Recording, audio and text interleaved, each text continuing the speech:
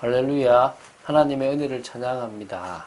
어제는 비가 온 뒤에 날씨가 더우니까 다른 날보다 더 많이 더웠습니다. 습도가 높으면 아무래도 더 덥겠죠. 그것처럼 우리가 살아가는 삶 속에 사단이 뿌리 내려놓은 시스템이 많을수록 우리의 인생은 힘듭니다.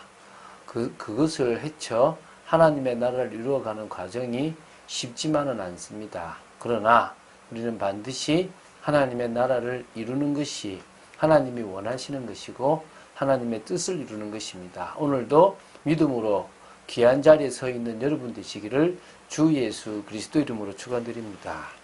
오늘은 좀 긴 내용입니다. 그래서 조금 읽고 그 다음에는 제가 이렇게 풀 건데요. 사사기 3장 12절부터 31절입니다. 상당히 많은 내용이라고 볼 수 있겠죠.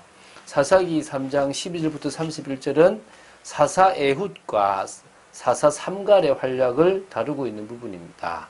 12절부터 30절까지가 에훗에 대한 것이고 31절 한 절이 바로 이 삼갈에 대한 것으로 보시면 됩니다. 초대 사사가 온니엘입니다.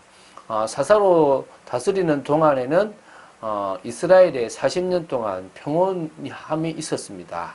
그러나 온니엘이 죽고 나서 이스라엘 자손들이 다시 여호와의 목전에 악을 행하게 되자 하나님께서는 이번에는 모압 왕 에글론이라는 그 왕에게 이스라엘의 징계를 맡기신 겁니다. 어떤 의미에서는 모압 왕 에글론이 이스라엘을 침범하려고 하고 넘어뜨리려고 할 때 그것을 그냥 두시고 그것을 통하여 하나님은 이스라엘의 타락과 교만함을 바꾸시려고 했다고 보시면 되겠죠. 자, 그런 압제 속에서 에훗이 어떻게 사사로서 구원을 이루어 나가는지를 한번 보도록 하겠습니다. 좀 드라마틱한 이야기입니다. 좀 편법을 쓴 것 같은 느낌도 드는데요. 한번 우리 12절부터 17절까지를 읽고 나서 제가 풀도록 하겠습니다. 다 같이 합독하겠습니다. 이스라엘 자손이 또 여호와의 목전에 악을 행하니라. 이스라엘 자손이 여호와의 목전에 악을 행함으로 여호와께서 모압 왕 에글론을 강성하게 하사 그들을 대적하게 하심에 에글론이 암몬과 아말렉 자손들을 모아 가지고 와서 이스라엘을 쳐서 종려나무 성읍을 점령한지라. 이에 이스라엘 자손이 모압 왕 에글론을 18해 동안 섬기니라. 이스라엘 자손이 여호와께 부르짖음에 여호와께서 그들을 위하여 한 구원자를 세우셨으니 그는 곧 베냐민 사람 게라의 아들 왼손잡이 에훗이라. 이스라엘 자손이 그를 통하여 모압 왕 에글론에게 공물을 바칠 때에 에훗이 길이가 한 규빗 되는 좌우의 날성금을 만들어 그의 오른쪽 허벅지 옷 속에 차고 공물을 모압 왕 에글론에게 바쳤는데 에글론은 매우 비둔한 자였더라. 예, 우리가 지금 대강 어떤 내용인지 좀 알겠죠, 그죠? 이스라엘 자손이 여호와 목전에 악을 행했기 때문에 당연히 이제 여호와께서 하나님의 은혜를 망각한 이스라엘 향해서 징계를 하셨는데 그 징계 방법이 에글론이라는 모압 왕이 강성하도록 어찌 보면 도왔다라고 할 수 있겠고 그냥 놔두셨다라고 할 수 있겠죠. 그러니까 이 모압 왕이 암몬과 아말렉 자손들을 다 이렇게 결집시켜서 이제 누구를 칩니까? 이스라엘을 치기 시작한 겁니다. 그러니까 이스라엘을 압제하는데 가만히 둔 거죠. 자, 모압과 암몬은 바로 롯이 두 딸과 두 딸을 의도하지는 않았지만 두 딸이 의도해서 아버지와 사이에서 모압과 암몬이 나게 된 어찌 보면 이스라엘로 봤을 때는 참 미천하고 아주 뭡니까 좀 부도덕한 근원을 가진 그런 족속입니다. 그런데 그런 족속으로부터 지금 압제를 받고 있으니까 비참한 처지라고 할 수 있을 거 아닙니까? 이 에글론이 다스리는 모압 나라가 사해 동쪽에 위치한 땅인데요. 아르논 강과 세레 시내 사이에 있었던 것으로 이제 보입니다. 근데 여기서부터 이제 뭐냐, 이제 지금 쳐들어와 가지고요. 그것도 이스라엘이 가나안 정복의 상징적인 성읍이었던 어디냐면 여리고, 그걸 다른 말로 종려나무라 그러거든요. 그 성읍을 딱 점령해가지고 거기를 중심으로 18년 동안 우리 저기 온니엘이 할 때는 저기 몇 년, 8년이었잖아요. 지금 이거는 18년 동안 2배가 넘는 기간 동안을 지금 어떻게 하고 있습니까? 모압 왕이 다스리도록, 괴롭게 하도록 지금 놔둔 거라고 보시면 되겠죠. 이때 이제 이스라엘 백성들은 자신의 잘못을 인정하고 회개하고 부르짖었겠죠. 부르짖으니까 당연히 뭡니까? 하나님께서 그 부르짖음을 듣고 이번에는 구원자로 세운 사람이 누굽니까? 여기 보면은 자 15절에 여호와께 부르짖으니까 한 구원자를 세웠는데 베냐민 지파고요. 게라의 아들이고요. 왼손잡이 에훗이라고 합니다. 나중에 이제 사사기 20장 16절에 보면요. 베냐민 지파에는 왼손으로 물맷돌을 던지는 명사수가 700명이 있었거든요. 그러니까 왼손잡이가 많았다고 볼 수도 있는데 여기서 이 번역한 것을 찾아보면 오른손이 제구시를 못하는 자, 다시 말하면 오른손에 장애가 있어서 왼손잡이가 된 에훗을 사용하셨어요. 그 에훗이 뭐 리더십도 있고 좀 뭔가 이렇게 좀 힘이 있으니까 이 공물을 바치는, 지금 공물을 바치는 그 리더, 그러니까 대표로 삼아가지고 이제 계속 공물을 바치게 했는데 그 에훗에게 하나님께서 역사하셔서 내가 너를 사용하겠다라고 말씀하셨다고 보시면 됩니다.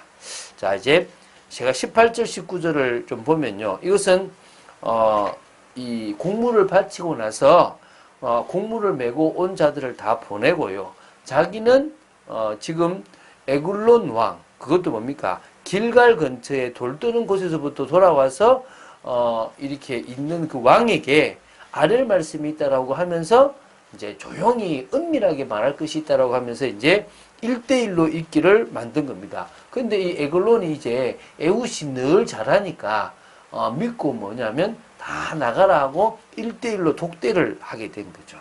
이게 지금 이제 에훗이 에글론을 죽이는 방법입니다. 그래서 20절부터 25절에 보면 에훗이 이 왕하고 독대하는 장소가 어디냐면 서늘한 다락방이에요. 이게 홀로 앉아 있었던데 이때 이제 에훗이 내가 하나님의 명령을 받들어 왕에게 아랠 일이 있나이다 하면서 왼손을 뻗쳐가지고 오른손 허벅지에 있는 칼을 빼가지고 왕의 몸을 찔른 겁니다. 얼마나 세게 찔렀냐면 칼자루같이 그 끝이 등 뒤로 나갈 정도로요. 완전 찔러버린 겁니다. 근데 그거를요, 안 빼고 둔 겁니다. 기름이 엉키도록.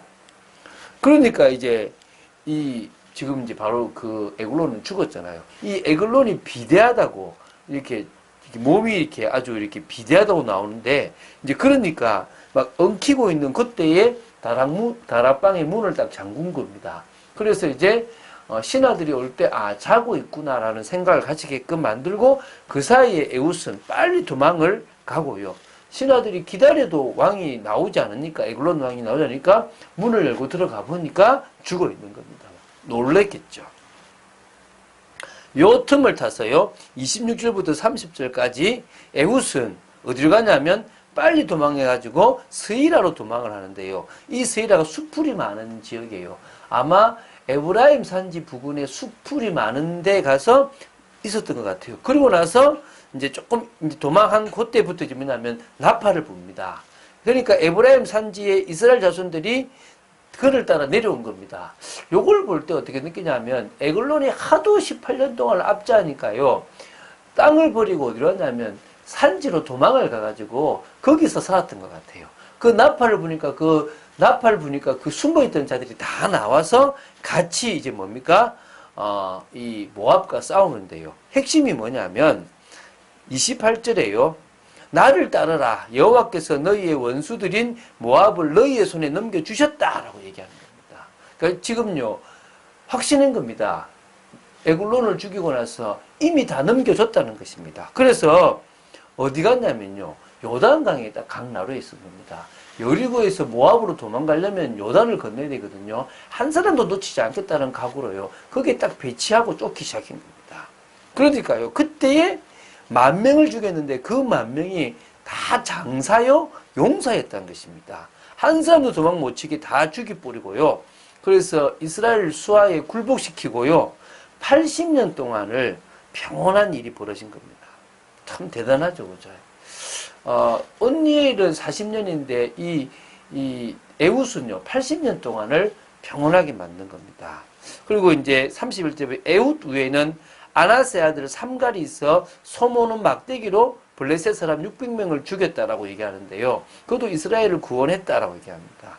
에훗의 뒤를 이어서 사사가 된 사람이 삼갈인데 사사란 단어는 없지만 에훗 이후를 이었다라는 부분과 이스라엘을 구원했다는 통해서 사사라는 사실을 알 수 있고요. 블레셋이 막 일어나서 동쪽으로 와서 이제 이스라엘을 점령하고 뭔가 확장하려고 하는 그때에 하나님은 소모는 막대기, 이게 이제 가축을 길들이는 막대기인데요. 대략 한 2.4m 정도 되는 그런 막대기인데, 한쪽에는 뾰족하게 큰 못이 있고요. 다른 쪽에는 골과 같은 모양의 쇠가 붙어 있는 요걸 가지고요. 몇 명요? 600명을 죽인 겁니다. 그러니까 아마 농사꾼에 불과했던 그 삼갈 한 사람을 통해서요. 하나님은 블레셋을 막아버렸다라고 보시면 됩니다. 자, 오늘 긴 내용을 봤습니다. 에훗이 어떻게 보면요, 언니엘처럼 탁 일어나서 바로 싸운 게 아니라 좀 비겁할 수도 있겠죠.